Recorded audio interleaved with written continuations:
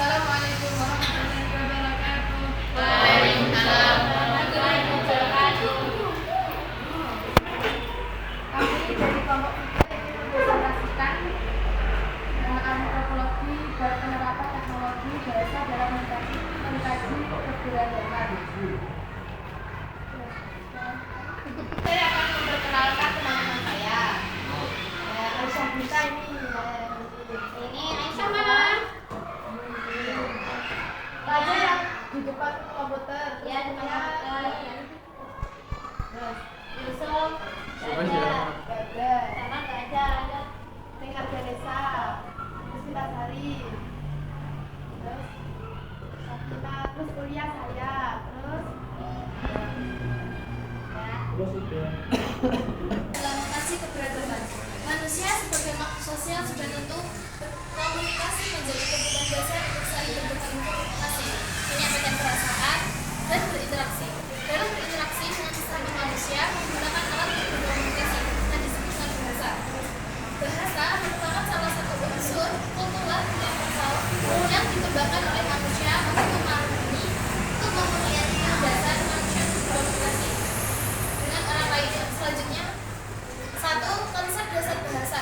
Bahasa adalah salah satu bentuk komunikasi manusia. Manusia merupakan makhluk sosial yang saling membutuhkan, yang harus berinteraksi dengan sesamanya dalam memenuhi kebutuhan hidup. Fungsi utama bahasa ialah memenuhi kebutuhan komunikasi di antara manusia. Selain itu, dalam kehidupan manusia, bahasa juga sangat terkait dengan perkembangan budaya. Ada tiga faktor yang menunjukkan peran bahasa dalam perkembangan budaya, yaitu yang pertama, bahasa sebagai unsur budaya.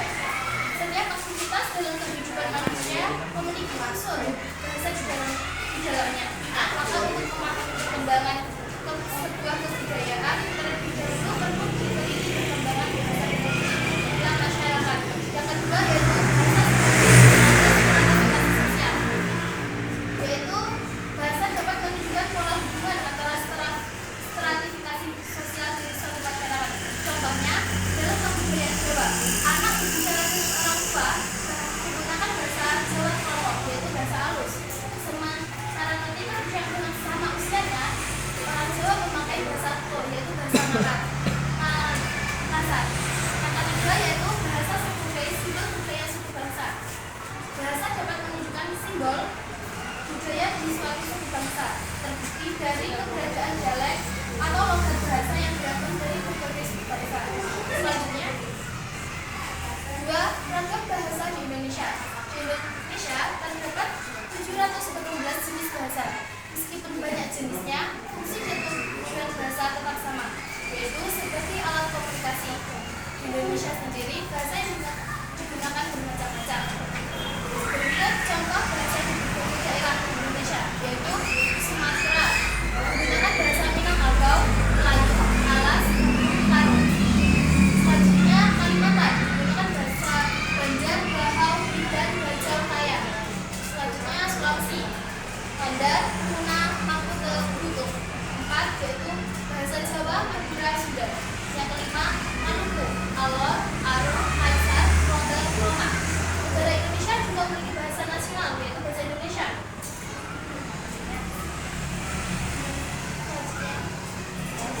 Hubungan antara bahasa dan budaya. Banyak ahli yang beranggapan bahwa bahasa adalah bagian dari kebudayaan. Menurut C. Cohen, bahasa adalah suatu unsur kebudayaan. Berikut ini beberapa hubungan bahasa dengan kebudayaan. Nomor 1, bahasa sebagai alat atau sarana kebudayaan. Nomor 2, bahasa sebagai bagian dari kebudayaan. Nomor 3, bahasa merupakan hasil dari kebudayaan. Nomor 4, bahasa sebagai persyaratan kebudayaan. Nomor 5, cara berpikir memengaruhi bahasa. Nomor 6, kebudayaan merupakan hasil komunikasi. 4. Etnolinguistik mengkaji keberagaman bahasa dan budaya. Etnolinguistik adalah ilmu yang mempelajari ciri dan tata bahasa berbagai suku bangsa dan persebarannya.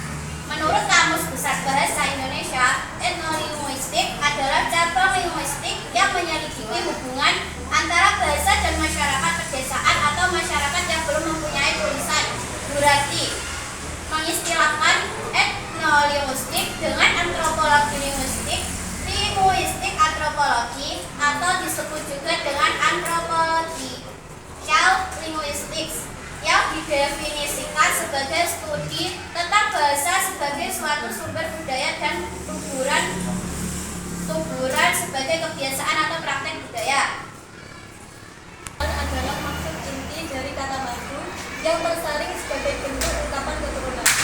Madu sebagai wujud dari minuman berkhasiat mahal yang memiliki arti denotasi orang pilihan.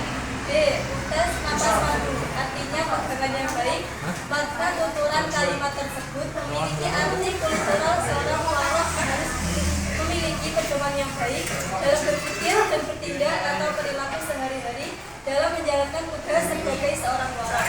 C. Wafel bina makna artinya dikepung rapat sekali sehingga kemungkinan kecil tidak bisa keluar. Ukuran tersebut memiliki arti denotasi menunjukkan arti kias suatu keadaan bahwa seorang berbuat keburukan tidak akan terlepas dari perbuatan buruk. Hanya keberagaman jenis suku bangsa membuat Indonesia juga memiliki banyak sekali kebudayaan lokal. Salah satunya folklore. Folklore disebut juga bagian dari kebudayaan suatu masyarakat yang bersifat transnasional yang diwariskan secara lisan dan turun-temurun. Kata folklore merupakan pengindonesiaan dari kata Inggris folklore. Folklore terdiri atas dua kata besar yaitu folk dan lore.